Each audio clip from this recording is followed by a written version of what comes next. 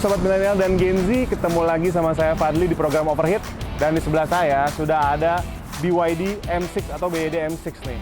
Nah, MPV ini merupakan MPV listrik 7-seater yang mungkin saat ini masih jadi satu-satunya di Indonesia ya. Jadi mobil itu launching di tahun lalu, tepatnya di Gias 2024. Sekarang kita akan bahas apa aja kelebihan dari MPV yang dijual dengan harga 430 jutaan ini. Simak terus videonya.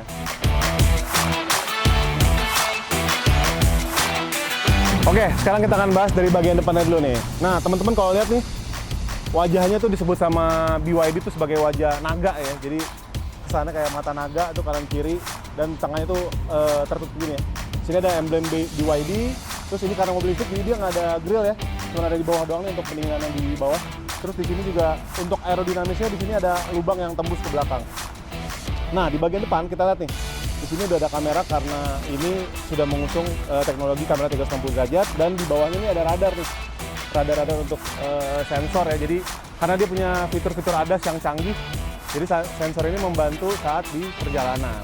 Untuk lampu utama kita lihat di sini dia sudah pakai LED ya. LED dan kerennya lagi ada DRL di sini yang juga akan jadi sen ketika kita menyalakan lampu sen. Nah, untuk lampu utama kerennya tuh dia ketinggiannya bisa di-setel secara elektrik dari head unit gitu. Oke, sekarang kita lihat bagian dalam dari dibalik kap depan nih. Kalau biasanya beberapa mobil listrik pakainya front trunk ya atau buat bagasi, tapi BYD M6 ini enggak nih karena dia langsung memajang si motor listriknya nih. Motor listrik sendiri dia berkekuatan tuh 150 kW ya dengan torsinya 310 Nm. Nah, di teman-teman lihat nih ada yang kabel-kabel berwarna oranye tuh berarti kan ini tuh kabel-kabel high voltage ya, alias nggak boleh dipegang sembarangan karena dia punya tegangan tinggi. Terus ada juga beberapa komponen lain yang kita lihat di sini. Ada aki, jadi kalau mau ganti aki gampang kayak mobil biasa. Terus untuk mengisi air wiper dan juga cairan-cairan lainnya di mobil gitu. Tapi emang kelihatan agak kopong ya di sini ya.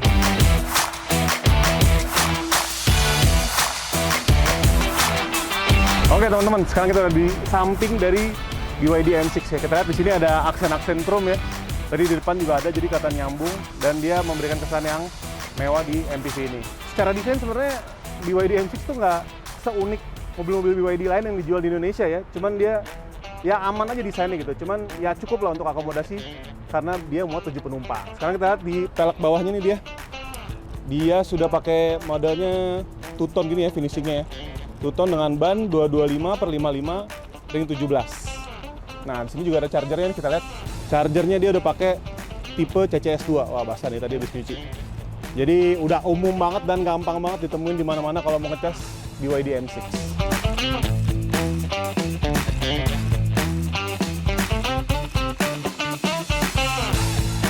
Nah, sekarang kita bahas buritan dari BYD M6. Lagi-lagi ada aksen chrome ya. Jadi cakep tuh, di bawah juga ada, di sini juga ada. Jadi nyambung sekeliling mobil tuh ada aksen chrome.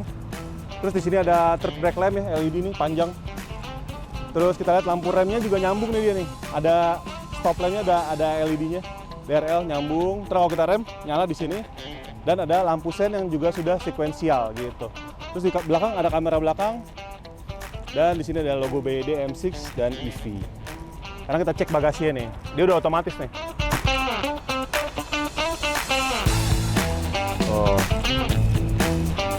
Oke teman-teman, jadi dalam kondisi keduanya jok pada belakang terangkat, dia tuh kapasitasnya 180 liter ya. Tapi kalau joknya tertutup semua yang baris ketiga, nambah bagasinya jadi 580 liter. Cara ngelipat bagasi juga gampang banget nih teman-teman. Ini tinggal naik ini doang nih. Dia ada semacam pegangan di sini yang kita tarik, sambil dorong. Nah, udah. Lipat lagi. Nah, jadi makin lega deh di sini. Nah, jadi teman-teman BYD udah ngasih satu paket gini nih ya. Paket yang kita lihat kalau kita beli mobil ini itu kita dapat. Ini kita buka. Nah, di sini ada untuk fitur si vehicle to load-nya ya. Jadi untuk teman-teman yang misalkan lagi camping itu butuh listrik cadangan, bisa ngambil listrik dari mobil. Tinggal colok aja. Terus di sini udah dapat nih beberapa lubang colokan ya. Terus di sini tulisannya juga splash waterproof dan electric shockproof. Jadi lumayan aman lah untuk di outdoor ya. Cuman ya kalau udah hujan deras ya baiknya sih dimasukin lagi ya. Terus juga dapat chargeran nih. Jadi teman-teman yang butuh ngecas di suatu tempat gitu, misalkan lagi nginep di mana di luar kota dan tidak ada SPKLU, bisa numpang ngecas di rumah atau di villa yang kita tinggali gitu. Sekarang kita bahas ke dalam.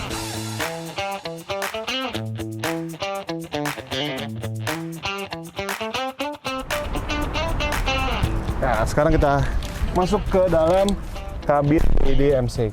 Nah, di dalam sini nih tampilannya premium banget ya, mewah gitu kesannya. Terus di sini masih ada head unit yang besar yang berukuran 12,8 inci dan dia bisa digunakan untuk berbagai macam pengaturan mobil kayak AC, ADAS dan juga yang lain-lain ya, pengaturan lain nih. Kita lihat di sini. Karena ini yang paling mencolok nih dari bagian kabin ini yang paling besar kan di sini. Sekarang kita lihat. Oke, dia ada pengaturan ADAS tuh ya, di sini ada driving assist untuk pengaturan high beam assist, lane support system. Terus dia juga ada predictive collision warning, automatic emergency braking, blind spot assist, dan ada reversing radar. Pengecasan juga bisa diatur di sini. Regenerative brakingnya bisa diatur mau standar atau mau high atau tinggi gitu ya. Charging setting ada consumption curve. Terus lampu-lampu juga pengaturan dari sini, AC, bangku. Dia jok depannya tuh udah pakai ini ya, udah pakai ventilated seat ya, jadi bisa adem gitu. Terus untuk ada juga fitur untuk memanaskan si windshield belakang nih sama kaca spion. Jadi kalau kaca spion berembun tuh bisa dipanasin dari sini. Terus dia AC-nya juga udah ini ya, udah pakai purifier ya, udah built-in purifier. Terus untuk setirnya sendiri dia bentuknya flat bottom gini ya, dengan berbagai macam pengaturan di tombol di setir gitu. Salah satu gimmicknya masih ada di sini. Nah, layarnya bisa rotate tuh. Dan jadi portrait, bisa juga landscape ya, tergantung preferensi. Tapi kalau lagi connect ke handphone kayak Apple CarPlay atau Android Auto, dia nggak bisa diberdiriin ya, nggak bisa portrait ya. Jadi mesti landscape. Oke, kita bahas lagi. Di sini semuanya kebanyakan rata-rata sih plastik ya, trimnya ya. Ada beberapa bagian yang soft touch, tapi kebanyakan plastik dengan ornamen kayu-kayu yang hitam gini nih, yang gelap gini. Terus yang saya suka dari mobil ini, meskipun pengaturannya banyak dari head unit, tapi ada juga untuk melipat spion tuh masih pakai tombol di sini. Jadi memudahkan banget kalau kita lagi lewat jalan yang sempit terus papasan sama mobil lain, nggak perlu otak-atik layar, nggak perlu ribet, tinggal pencet aja kayak mobil-mobil ICE ya. Tuh. Di bawah sini kita lihat, di sini ada tempat penyimpanan handphone dan di sini di sebelahnya ada wireless charger nih untuk handphone. Terus di sini tuas transmisi ya, tuas transmisinya biasa lah ya, dia dipencet sini sampingnya untuk maju mundur dan parking dipencet. Di sini ada pengaturan volume, terus parking assist, auto hold, dan ini untuk regenerative braking, hazard di sini, mode berkendara, di sini ada sport, eco, dan juga normal. Terus pengaturan AC, menyalakan AC juga bisa dari sini, on off-nya. Tapi untuk pengaturan tetap lewat layar. Cup holder ada dua di sini. Di sini ada ruang penyimpanan kecil nih, kompartemen untuk naruh barang-barang kecil. Terus di sini ada armrest yang juga tempat penyimpanan barang. Nah, emang sih dia nggak terlalu dalam ya, nggak terlalu dalam. Cuman di sini ada beberapa port ya. Ada port lighter di sini untuk pengecasan tambahan. Ada juga USB Type C, USB Type A, dan juga micro SD nih untuk lubang micro SD. Gitu. Pengaturan bangku juga sudah elektrik ya, depan belakang, karena ini varian yang paling tinggi ya, ini superior yang captain seat gitu. Di atas ada panoramic roof ya tuh, teman-teman bisa lihat. Jadi menambah kesan lega dan luas di kabin ini. Sekarang kita cek ke bangku baris kedua.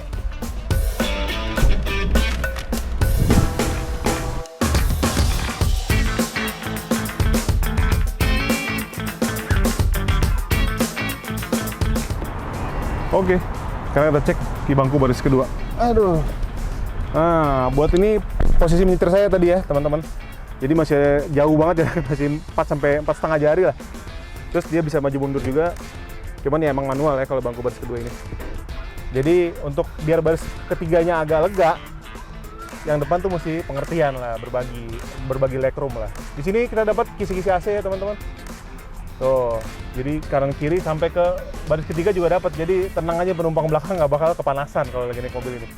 Di sini juga ada pengaturan fan AC di sini ada 4 level. Terus dia dapat kompartemen kecil di tengah dan USB Type C juga USB Type A. Terus di belakang jok penumpang juga ada kompartemen lagi di sini ya. Jadi teman-teman bisa menaruh barang. Untuk penumpang baris tengah, karena ini joknya captain seat, jadi dapat armrest. Aduh, kita coba duduk. Enak banget untuk di bangku baris kedua. Tapi kalau mungkin untuk yang mobil keluarga banget itu nyarinya ya, pasti akan belinya yang non captain seat kali ya. Jadi tengahnya bisa keisi. Oke, gitu aja sih. Sekarang kita coba nyetir yuk.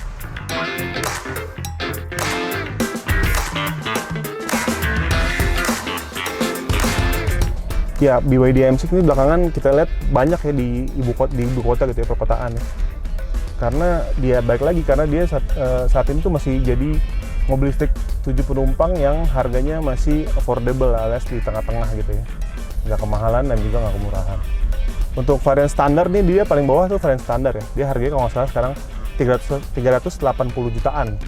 Terus di atasnya ada yang superior 400 jutaan kecil ya, dan ini superior captain seat 433 jutaan. Nah, pertama kali saya bawa mobil itu kerasa kalau dari luar tuh kelihatannya kayak gede banget, panjang gitu ya. Padahal kalau secara spesifikasi dan kenyataannya tuh nggak segede itu gitu. Dia tuh cuma 4,7 meter panjangnya. Jadi parkir juga masih gampang, masih mudah. Ditambah ada fitur-fitur kayak kamera 360 derajat dan sensor parkir yang membantu kita. Untuk penumpang belakang kemarin saya sempat bawa sampai 6 penumpang ya, karena mobilnya kan 6 penumpang ya. Termasuk bawa keluarga saya gitu ya. Jadi menurut mereka sih, testimoni mereka di bangku baris ketiga itu masih oke lah, bantingannya masih terasanya nggak yang keras banget, nggak yang empuk banget, masih nyaman. Cuman belum coba untuk perjalanan jauh sih, jadi kemarin kayak cuman beberapa puluh kilometer aja. Pengendalian juga dia comfortable banget ya, khas mobil listrik, nggak berat, nggak ringan, dan cenderung nyaman gitu untuk kita pakai di perkotaan. Mobil ini tuh yang versi paling tinggi superior captain seat ya. Dia punya baterai tuh 71,8 kWh. Jarak tempuhnya diklaim bisa sampai 530 km. Jadi emang udah mobil keluarga lengkap dengan fitur-fitur keselamatan kayak ADAS. Terus jarak tempuhnya jauh. Jadi ya makanya mobil ini banyak digemari sama masyarakat Indonesia. Umurnya belum setahun ya. Dia baru hampir setahun. Tapi udah mulai terlihat banyak.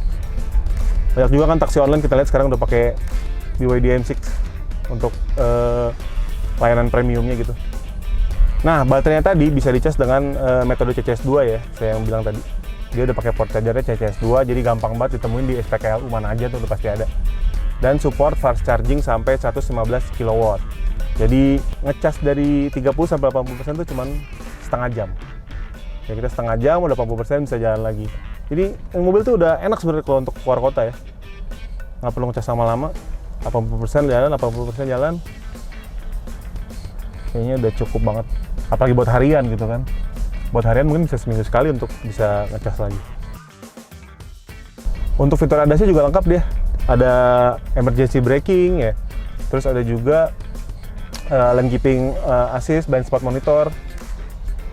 Jadi pengemudi itu lebih nyaman. Dan asiknya dia bisa di nonaktifkan ya. Untuk kayak fitur emergency braking-nya tuh kalau teman-teman masih kagok atau nggak pengen pakai tuh bisa di nonaktifkan dari head unit.